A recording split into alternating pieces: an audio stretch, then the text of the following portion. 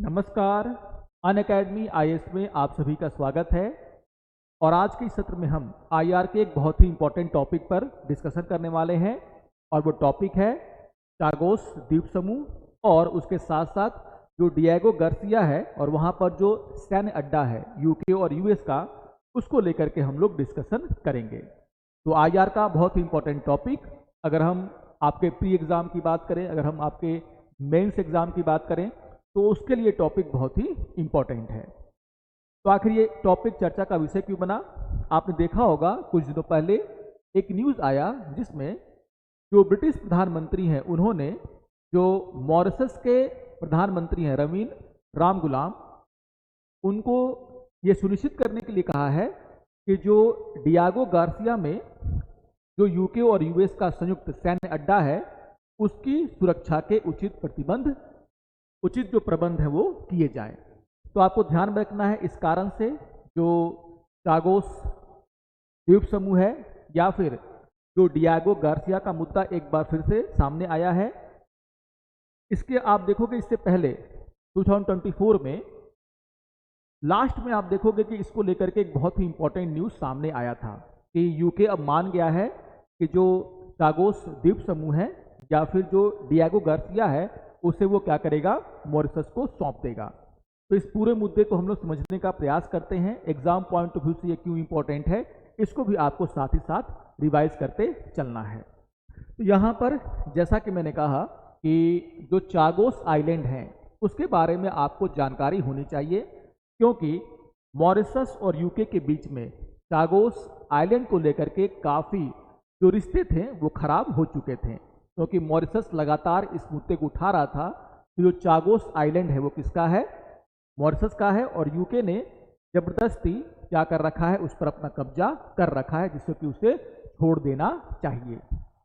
तो अगर हम चागोस आइलैंड की बात करें उसके बाद हम लोग डिएगो गार्सिया की भी बात करेंगे। तो यहाँ पर अगर हम बात करते हैं चागोस आइलैंड की, तो आपको ध्यान में रखना है कि यूके के द्वारा, जैसा कि मैंने कहा कि लास्ट ईयर यानी कि 2024 में आप देखोगे एक न्यूज़ आया था, इसका डिस्कशन भी हम लोगों ने किया था। तो 3 अक्टूबर 2024 को यूके ने ये घोषणा की थी कि उसके द्वारा क्या किया जाएगा, जो चागोस आइलैंड की सॉवरेनिटी है वो किसको सौंप दी जाएगी, मॉरिशस को सौंप दी जाएगी। तो यहाँ पर आप देखोगे कि जो मॉरिशस का डिमांड था कि चागोस आइलैंड किसको सौंप दिया जाए, मॉरिशस को, वो उसका हिस्सा है, इसको कहीं ना कहीं मानते हुए यूके के द्वारा क्या किया गया था, 3 अक्टूबर 2024 को ये घोषणा की गई थी कि वो क्या करेगा, चागोस आइलैंड की जो सोवरेनिटी है, उसकी जो संप्रभुता है वो किसको सौंप देगा, मॉरिशस को। तो इस बात को आपको ध्यान में रखना है। उस वजह से ये पूरा का पूरा आप देखोगे जो आइलैंड है वो एग्जाम पॉइंट ऑफ व्यू से काफ़ी इंपॉर्टेंट हो जाता है, क्योंकि चागोस आइलैंड में आप देखोगे जो उसका सबसे बड़ा द्वीप है डिएगो गार्सिया, वहाँ पर यूके और यूएसए के द्वारा संयुक्त रूप से अपना एक सैनिक अड्डा चलाया जाता है, जो हिंद महासागर में उनके कंट्रोल के लिए काफ़ी जरूरी है। तो इस वजह से आप देखोगे ये पूरा का पूरा मुद्दा जो है सभी के सामने आया था और एग्जाम पॉइंट ऑफ व्यू से ये क्या बन गया, इंपॉर्टेंट बन गया। तो यहाँ पर जो मिलिट्री बेस है उसकी भी हम लोग चर्चा करेंगे डिटेल में, लेकिन इसको आपको क्या कर लेना है, एक बार रिवाइज कर लेना है। अब अगर हम बात करते हैं कि आखिर अगर हम इसके मैप को देखें तो आपको अपने आप समझ में आ जाएगा कि क्यों जो हम चागोस आइलैंड की बात कर रहे हैं वो भारत के सुरक्षा के दृष्टिकोण से और यूके और यूएस का जो होल्ड है, जो हिंद महासागर में उनकी क्या है, जो प्रभाव है, उसको बनाए रखने के लिए क्यों जरूरी है। तो आप देखोगे, मैंने कहा आप समझ सकते हैं, यहाँ पर मॉरिशस, ये रहा आपका मालदीव, ये भारतीय तट, और यहाँ पर आपका लक्षद्वीप, और आप देखोगे ये है आपका चागोस आइलैंड। अगर हम देखें तो हमारे तट से ज़्यादा दूर है नहीं, और आप सभी जानते हैं कि हिंद महासागर भारत के लिए भी काफ़ी महत्वपूर्ण है। यूएस, चाइना सभी ये कोशिश कर रहे हैं कि किसी तरीके से जो है उनका प्रभाव इंडियन ओशियन में जो है बढ़ जाए। तो आपको ध्यान में रखना है बाय मैप कि चागोस आइलैंड कहाँ पर है, और ये मॉरिशस का क्या है, पार्ट हुआ, पार्ट तो है ही, लेकिन यूके ने क्या किया था, इस पर अपना कंट्रोल कर रखा था, जिससे कि अभी यूके मॉरिशस को देने के लिए क्या हो गया है, तैयार हो गया है। तो यह आप जो मैप है उसके पॉइंट ऑफ व्यू से भी ये काफ़ी इंपॉर्टेंट है, आपको ध्यान में रखना है। इसकी जो भौगोलिक स्थिति है वो अपने आप में जो है काफ़ी इंपॉर्टेंट है। और जैसा कि मैंने कहा कि अगर हम इस आर्कियोलॉजी की बात करें तो आप देखोगे कि जो चागोस आर्कियोलॉजी है उसका सबसे बड़ा द्वीप कौन है, डियागो गार्सिया, जहां पर यूके और यूएसए के द्वारा संयुक्त रूप से क्या चलते हैं, एक मिलिट्री बेस, ये दोनों ऑपरेट करते हैं। और जैसा कि मैंने कहा बार बार कि इंडियन ओशियन में अपने प्रभाव को बनाए रखने के लिए ये मिलिट्री बेस चाहिए किसको, यूएसए और यूके को। तो जब ये न्यूज़ आया था कि यूके क्या करेगा, जो चागोस आइलैंड है उसको सौंपेगा किसको, मॉरिशस को, उसी के साथ आपने देखा होगा कि ये भी न्यूज़ आया था कि जो यूके और यूएस जो है, जो डियागो गार्सिया में उनका जो सैनिक बेस है उसको चलाते रहेंगे। यानी कि जो चागोस आइलैंड है उस पर संप्रभुता किसकी होगी, मॉरिशस की। लेकिन चूंकि जो डियागो गार्सिया में मिलिट्री बेस है उस पर अभी अपना कंट्रोल नहीं छोड़ने वाले हैं कौन, यूके और यूएसए, क्योंकि ये हिंद महासागर में उनके सैनिक प्रेजेंस के लिए, उनके प्रभाव के लिए क्या है, काफ़ी जरूरी है। तो ये इन सभी बातों को आपको ध्यान में रखना है। अब अगर हम चागोस आर्कियोलॉजी की बात करें, आइलैंड की बात करें, तो आपको ध्यान में रखना है कि जो चागोस आर्कियोलॉजी है यानी कि जो द्वीप समूह है वो क्या है, 58 आइलैंड से मिलकर बना हुआ क्या एक द्वीप समूह है। और जैसा कि मैंने कहा कि मालदीव से इसकी दूरी कितनी है, मात्र 500 किलोमीटर। तो मालदीव से मात्र इसकी दूरी कितनी है, 500 किलोमीटर। भारत से भी काफ़ी नज़दीक है ये जो चागोस आर्कियोलॉजी है, और भारत के सुरक्षा के दृष्टिकोण से भी अगर देखा जाए तो ये काफ़ी इंपॉर्टेंट है। तो थोड़ा सा आपको ध्यान में रखना है जब हम बात करते हैं चागोस आइलैंड की या फिर चागोस आर्कियोलॉजी की द्वीप समूह की, तो कितना 58 आइलैंड से बना हुआ क्या है, एक द्वीप समूह। और इसकी दूरी कितनी है, मालदीव से इसकी दूरी है मात्र 500 किलोमीटर। तो मालदीव के साउथ में क्या है, आप देखोगे, अगर आप मैप देख रहे हो तो वहां पर आपको ये दिख जाएगा। यहां पर अगर हम देखें, थोड़ी सी इसकी हिस्ट्री को देखते हैं कि मॉरिशस और यूके के बीच में क्यों चागोस आइलैंड को लेकर के जो है जो रिलेशन खराब हुए। तो आपको ध्यान में रखना है कि कहा जाता है कि ये जो आइलैंड है, चागोस आइलैंड, जो कि मॉरिशस का हिस्सा है, वो पहले क्या था, अनइनहेबिटेड, मतलब क्या है, वहां पर कोई लोग रहते नहीं थे। लेकिन आप देखोगे कहा गया कि फ्रांस ने क्या किया था 18वीं सेंचुरी में, फ्रांस ने क्या किया 18वीं सेंचुरी में, क्या किया, जो अफ्रीका है वहां से उन्होंने क्या किया, कुछ गुलाम मजदूरों को ला करके यहाँ पर बसाना शुरू किया। और वो क्यों लेकर के आए थे, क्योंकि यहाँ पर आप देखोगे कि जो कोकोनट प्लांटेशन थी उसको वो चाहते थे बढ़ावा देना। तो याद रखना है कि फ्रांस जो है वो ऐसा देश जिसने क्या किया, सबसे पहले चागोस आइलैंड में, जो कि वहाँ पर कोई लोग रहते नहीं थे, वहाँ पर क्या किया, अफ्रीका के जो लेबर थे, जो गुलाम मजदूर थे, उनको ला करके बसाना शुरू किया ताकि वहाँ पर कोकोनट प्लांटेशन कराई जा सके। और इसके बाद आप देखोगे वहाँ पर लोगों का आना शुरू हो गया। तो थोड़ी सी हिस्ट्री भी आपको समझना है कि यहाँ पर किस तरीके से बसावट हुई। तो याद रखिएगा कि फ्रांस के द्वारा 18वीं सेंचुरी में क्या किया गया था, अफ्रीका के जो स्लेव थे, अफ्रीका के जो लेबरर थे, उनको क्या किया गया, यहाँ पर बसाया गया। भारत से भी वो लेकर के गए थे वर्कर्स, और क्यों गए थे, ताकि वहाँ पर कोकोनट का प्लांटेशन किया जा सके। तो अफ्रीका और इंडिया के जो गुलाम लेबर थे उनसे वहाँ पर आप देखोगे बसाना शुरू किया किसने, फ्रांस ने। और आगे चल करके आप देखोगे कि फ्रांस ने ये जो पूरा का पूरा आइलैंड है उसको किसको सौंप दिया, ब्रिटेन को। तो कहा जाता है कि 1814 में आप देखोगे ट्रीटी ऑफ पेरिस के द्वारा फ्रांस ने क्या किया, जो चागोस आर्कियोलॉजी है उसको क्या किया, ब्रिटिश सरकार को सौंप दिया। तो सिर्फ चागोस आर्कियोलॉजी नहीं बल्कि जो पूरा का पूरा मॉरिशस था, यानी कि मॉरिशस और चागोस आइलैंड दोनों को क्या कर दिया गया, ब्रिटेन को हवाले कर दिया गया, ब्रिटेन को सौंप दिया गया by the treaty of Paris. Year आपको याद रखना है 1814। तो 1814 में फ्रांस ने by the treaty of Paris क्या किया, मॉरिशस, और मॉरिशस का पार्ट था कौन, आपका चागोस आर्कियोलॉजी। तो मॉरिशस और चागोस आर्कियोलॉजी को किसको सौंप दिया, ब्रिटेन को सौंप दिया। यानी कि उसके बाद से ब्रिटेन की पूरी एक तरीके से कॉलोनी बन गया कौन, मॉरिशस विथ चागोस आर्कियोलॉजी। ठीक है, इस बात को आपको ध्यान में रखना है। आगे चल करके आप देखोगे कि ब्रिटेन ने क्या किया, आगे चल करके जो हिंद महासागर में, जो इंडियन ओशियन में जो छोटे छोटे द्वीपों पर उसका कब्जा था, तो उन्होंने क्या किया, उन सभी द्वीपों को मिला करके एक टेरिटरी का निर्माण किया जिसको हम लोग बोलते हैं BIOT, यानी कि ब्रिटिश इंडियन ओशियन टेरिटरी। तो आपको ध्यान में रखना है कि ब्रिटेन ने आगे चल करके क्या किया, जो मॉरिशस है जो कि मेनलैंड है, और जो चागोस आर्कियोलॉजी है कुछ दूरी पर है, तो उन्होंने क्या किया, चागोस द्वीप समूह को अलग किया और उसे वो कहने लगे क्या, British Indian ocean territory BIOT।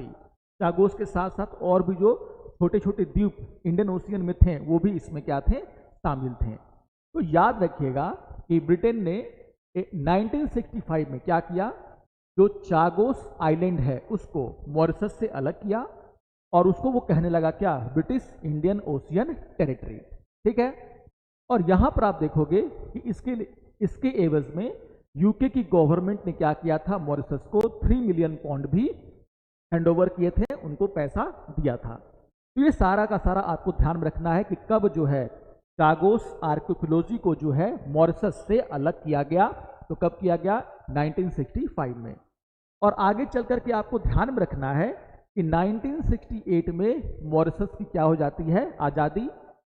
तो मॉरिशस गेन इंडिपेंडेंस इन 1968 और 1968 के पहले 1965 में आप देखोगे कि मॉरिशस को क्या किया गया था, मॉरिशस से क्या किया गया था, जो चागोस आइलैंड है उसको अलग कर दिया गया था और अलग करके क्या बनाया गया था, ब्रिटिश इंडियन ओशियन टेरिटरी। ये सभी सारे के सारे फैक्ट्स जो है आपको ध्यान में रखने हैं। लेकिन आप देखोगे जैसे ही इंडिपेंडेंस मिलता है किसको, मॉरिशस को, तो उसने मांग की कि चूंकि जो चागोस आइलैंड है, जो चागोस द्वीप समूह है, वो पूरा का पूरा किसका है, मॉरिशस का है। और ब्रिटिश सरकार को क्या करना चाहिए, मॉरिशस को तो आज़ादी मिल चुकी थी, लेकिन क्योंकि आप देखोगे ब्रिटिश सरकार ने अभी तक चागोस आइलैंड को पूरा का पूरा जो आर्कियोलॉजी है यानी कि द्वीप समूह है उसको हैंडओवर नहीं किया था, किसे, मॉरिशस को। और उसी समय से आप देखोगे 1968 के बाद से ही मॉरिशस लगातार ये डिमांड करता रहा है कि ब्रिटेन की सरकार अवैध रूप से उसका एक टेरिटरी, जिसको क्या बोल रहे हैं हम लोग, चागोस आइलैंड, उसको अपने कब्जे में रखे हुए है। और मॉरिशस ने लगातार अंतर्राष्ट्रीय स्तर पर भी इस मांग को उठाया कि ब्रिटेन पर दबाव बनाया जाए कि वो क्या करे, उसके एक टेरिटरी जिसको हम लोग बोल रहे हैं चागोस आइलैंड, उसको वापस दे दे। और तभी से आप देखोगे मॉरिशस और यूके के बीच में इसको लेकर के तनातनी होती रही है, रिलेशन जो है उतने अच्छे नहीं रहे इस मुद्दे को लेकर के खास करके। और आगे चल करके हमने क्या देखा कि पिछले साल ब्रिटेन ने मॉरिशस के इन बातों को माना, क्योंकि यूएन में भी काफ़ी प्रेशर बनाया गया। मॉरिशस ने यूएन में इस बात को उठाया था और 2019 में आप देखोगे जो यूनाइटेड नेशन में क्या हुआ था, वोटिंग हुई थी और उसमें सभी देशों ने इस पक्ष में मतदान किया था कि जो चागोस आइलैंड है उसे किसको देना चाहिए, मॉरिशस को लौटा देना चाहिए। और कहीं ना कहीं जो इंटरनेशनल प्रेशर था उसके दबाव में भी आया यूके, और पिछले साल आप देखोगे अक्टूबर में यूके ने एक घोषणा की कि अब वो चागोस आइलैंड को किसको दे देगा, मॉरिशस को दे देगा। तो इस पूरी की पूरी हिस्ट्री को आपको ध्यान में रखना है। तो यहाँ पर जैसा कि मैंने बोला कि चागोस आइलैंड का जो सॉवरेनिटी है वो यूके किसको सौंप रहा है, मॉरिशस को सौंप रहा है। और इसको लेकर के 1968 से ही दोनों देशों के बीच में तनातनी बनी हुई थी, रिलेशनशिप खराब थे इस मुद्दे को लेकर के। लेकिन यहाँ पर ध्यान रखना है आपको कि आखिर क्यों यूके जो है चागोस आइलैंड को मॉरिशस को देना नहीं चाहता था। उसका कारण है उसका एक द्वीप जो चागोस आर्कियोलॉजी है, जिसमें मैं कह रहा हूं कि 58 से ज़्यादा क्या है, आइलैंड है, उसका एक द्वीप डिएगो गार्सिया। क्यों ये इंपॉर्टेंट है, और इसके कारण ही यूके और यूएस जो है पूरा का पूरा चागोस आइलैंड को अभी तक कब्जे में रखे हुए थे। तो आपको ध्यान में रखना है कि जो डिएगो गार्सिया है वो क्या है, जो लार्जेस्ट आइलैंड है किसका, चागोस आर्कियोलॉजी का। तो याद रखिएगा कि Diego Garcia is the largest island in the Chagos archaeology. और यहाँ पर आपको ध्यान में रखना है कि मैंने जैसे कहा था कि 1965 में क्या किया गया था, चागोस आइलैंड को अलग कर दिया गया था किससे, मॉरिशस से, और वहाँ पर ब्रिटिश इंडियन ओशियन टेरिटरी का क्या किया गया था, निर्माण। और आप देखोगे आगे चल करके 1966 में ब्रिटेन ने क्या किया, यूएस के साथ एक एग्रीमेंट किया जिसमें उन्होंने ये कहा कि दोनों देश मिलकर के क्या करेंगे, अपने डिफेंस नीड्स को, सुरक्षा की जो जरूरतें हैं उसको पूरा करने के लिए इस आइलैंड का उपयोग करेंगे, इस आइलैंड का उपयोग करेंगे। और आप देखोगे डिएगो गार्सिया को 1967 में क्या किया गया, पूरी तरीके से यूएस और यूके ने कंट्रोल में ले लिया ताकि वहां पर एक मिलिट्री बेस बनाया जा सके। तो याद रखिएगा 1967 में ब्रिटेन और यूएस ने क्या किया, एक एग्रीमेंट किया और इंडियन ओशियन में अपने जो भी सुरक्षा की जरूरतें थे, जो भी उनके डिफेंस के नीड्स थे, उसको पूरा करने के लिए उन्होंने क्या किया, ये समझौता किया कि डिएगो गार्सिया जो कि वहाँ का सबसे बड़ा आइलैंड है चागोस आर्कियोलॉजी का, वहाँ पर एक मिलिट्री बेस बनाया जाएगा। और डिएगो गार्सिया से जो भी वहाँ पर सिविलियन थे, जो भी वहाँ पर प्लांटेशन हो रही थी, उसको रोका गया और पूरी तरीके से आप देखोगे उस वहाँ पर एक मिलिट्री बेस का निर्माण किया गया। ये बहुत ही इंपॉर्टेंट है जानना कि आखिर क्यों यूके जो डिएगो गार्सिया है उसे जो है देने के पक्ष में नहीं था, किसको, मॉरिशस को। और जैसा कि मैंने कहा कि अगर हम देखते हैं इंडियन ओशियन को, तो डिएगो गार्सिया है या फिर चागोस द्वीप समूह है, उसकी जो भौगोलिक स्थिति है वो उसे इंपॉर्टेंट बनाता है। जो ज्योग्राफी है उसकी, वो उसको क्या करती है, जो उसका ज्योग्राफिकल लोकेशन है वो उसको क्या बनाता है, स्ट्रेटेजिक पॉइंट ऑफ व्यू से काफ़ी इंपॉर्टेंट। और आप देख सकते हो कि आप देखोगे अफगानिस्तान में जब यूएस ने अपना क्या किया था, हमला किया था, तो यही डिएगो गार्सिया है जहाँ से तो फाइटर प्लेन वगैरह हैं वो क्या करते थे, उड़ान भरते थे, मिसाइलों को दागा जाता था। तो यहाँ पर आप देखोगे कि अगर डिएगो गार्सिया में यूके और यूएस का क्या है, सेना मौजूद है, मिलिट्री बेस है, तो पूरे के पूरे इंडियन ओशियन पर अपना क्या कर सकते हैं, कंट्रोल रख सकते हैं। क्योंकि आप देखोगे ये डिएगो गार्सिया है, जो सोमालिया है वो भी इससे काफ़ी नज़दीक है। सोमालिया में जो पायरेट्स की समस्या है उसको यहाँ से दूर किया जा सकता है। अगर आप देखोगे तो यहाँ पर ऑस्ट्रेलिया से इसकी दूरी देखोगे, या फिर ये गल्फ ऑफ अडान है, यमन है, इससे इसकी दूरी क्या है, काफ़ी कम है। तो आसानी से अगर अमेरिका को क्या करना है, यमन पर हमला करना है, या फिर जो उनके जहाज हैं उनको गल्फ ऑफ अडन में क्या करना है, सुरक्षा प्रोवाइड कराना है, तो आसानी से यूके यूएस क्या कर सकते हैं, इस मिलिट्री बेस का उपयोग करके अपने जहाज़ों को सुरक्षा प्रदान कर सकते हैं। तो आप देखोगे इंडियन ओशियन में यहाँ इंडिया है, इंडिया से भी काफ़ी इसकी कम दूरी है। तो आप देखोगे कि सुरक्षा कारणों से साफ साफ आपको दिख रहा है कि जो ज्योग्राफिकल लोकेशन है डिएगो गार्सिया का, वो उसको एक बहुत ही इंपॉर्टेंट मिलिट्री बेस के रूप में स्थापित कर रहा है। और इसलिए आप देखोगे कि यूके और यूएस नहीं चाहते थे कि डिएगो गार्सिया या फिर पूरा का पूरा जो चागोस आर्कियोलॉजी है वो मॉरिशस को हैंडओवर किया जाए। लेकिन जो इंटरनेशनल प्रेशर था उसके कारण आप देखोगे कि पिछले साल यूके ने ये एक्सेप्ट किया कि वो क्या करेगा, चागोस द्वीप समूह को किसको सौंप देगा, यूके को हैंडओवर कर देगा। तो ये सारी बातें आपको ध्यान में रखनी है और इसके लिए आपको मैप देखना बहुत ही जरूरी है। अब आप देखोगे कि जैसे मैंने कहा कि मॉरिशस और यूके के बीच में लंबे समय से आप देखोगे चागोस को लेकर के जो रिलेशनशिप थे वो ठीक नहीं रहे हैं, और कई बार आप देखोगे मॉरिशस ने अंतर्राष्ट्रीय मंचों पर इस मुद्दे को उठाया था और आगे चल करके ब्रिटेन ने इसको सीड करने का फैसला किया। अगर आप देखोगे कि भारत क्या चाहता था, आप सभी जानते हैं कि इंडियन ओशियन में जिस तरीके से चीन का जो प्रभाव है वो बढ़ रहा है, वो भारत के लिए टेंशन का एक विषय है। और भारत चाह रहा है कि जो भी इंडियन ओशियन के छोटे छोटे द्वीप हैं, छोटे छोटे आइलैंड हैं, उनके साथ उसका रिलेशनशिप काफ़ी अच्छा हो, ताकि भारत भी अपने जो नेवी के बेस हैं या फिर जो सैन्य अड्डा है, जो मिलिट्री बेस है, वहाँ पर क्या कर सके, बना सके। और मॉरिशस और भारत के संबंध काफ़ी अच्छे हैं। और हर मंच पर आप देखोगे, हर इंटरनेशनल ऑर्गेनाइजेशन में जहाँ पर भी मॉरिशस ने इस मुद्दे को उठाया कि चागोस द्वीप उसका है, वहाँ पर भारत ने क्या किया, सपोर्ट किया। किसका? मॉरिशस का। क्योंकि भारत भी चाहता है कि जो इंडियन ओशियन है और इंडियन ओशियन के जो स्मॉल आइलैंड कंट्रीज़ हैं उनके साथ उसका संबंध अच्छा हो, ताकि वहाँ पर वो अपनी मिलिट्री बेसेस स्थापित कर सके और चीन का जो बढ़ता हुआ क्या है प्रभाव है इंडियन ओशियन में, उसको वो क्या कर सके, काउंटर कर सके। तो आप देखोगे कि भारत ने जो है, जैसे मैंने कहा कि 2019 में जो यूनाइटेड नेशन जनरल असेंबली थी, वहाँ पर इस मुद्दे को लेकर के बहस हुई थी और मतदान हुआ था कि क्या ब्रिटेन को जो चागोस आर्कियोलॉजी है वो मॉरिशस को देना चाहिए। तो भारत ने आप देखोगे उस समय भी मॉरिशस का क्या किया था, हेल्प किया था, उसके पक्ष में मतदान किया था। ये सारी बातें आपको ध्यान में रखना है। और जैसा कि मैंने कहा कि भारत खुद ये चाहता है कि अपने जो सुरक्षा नीड्स हैं, अपने जो क्या है डिफेंस के नीड्स हैं, उसको वो पूरा करे। और इसके लिए ज़रूरी है कि इंडियन ओशियन में आप देखोगे जो भी द्वीप हैं, आइलैंड हैं, वहाँ पर भारत क्या करे, कुछ अपने मिलिट्री बेसिस को बनाए, ताकि इंडियन ओशियन में जो हमारा व्यापार होता है, जो इंडियन ओशियन में जो भी नेचुरल रिसोर्सेस हैं और जो चीन का प्रभाव इस पूरे एरिया में बढ़ रहा है, उसको हम क्या कर सकें, काउंटर कर सकें। तो मॉरिशस हमारा एक मित्र देश है, उसके साथ हमारे हित जुड़े हुए हैं।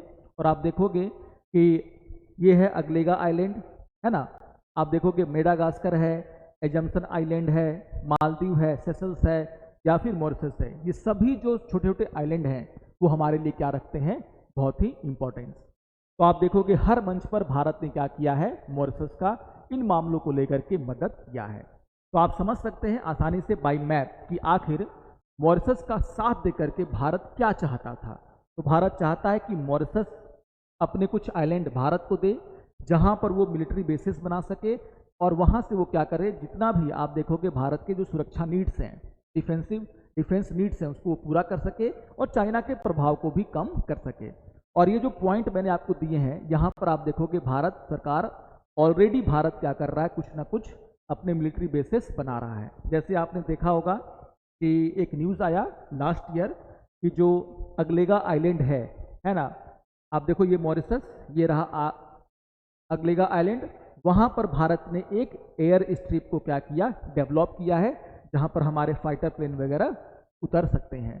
तो ऑब्वियसली मॉरिशस के साथ हमारे अच्छे संबंध हमारे डिफेंस नीड्स को के लिए क्या है, जरूरी है। तो यहाँ पर आप समझ सकते हो कि इंडिया के लिए मॉरिशस जरूरी है और इस मामले पर, चागोस आइलैंड के मामले पर भारत ने हमेशा मॉरिशस का साथ दिया है। तो ये था आज का टॉपिक और आपको ध्यान में रखना है ये टॉपिक अगर हम देखें तो आईआर पॉइंट ऑफ व्यू से भी इम्पोर्टेंट है, अगर हम देखें प्लेसेस इन न्यूज़ के तरफ से भी देखें तो ये इम्पोर्टेंट है। तो इसको थोड़ा आपको अच्छी तरीके से पढ़ने की आवश्यकता है, इस पर क्वेश्चन पूछे जा सकते हैं। अगर आप 25 में प्री दे रहे हैं तो भी आपके लिए बहुत ही इम्पोर्टेंट न्यूज़।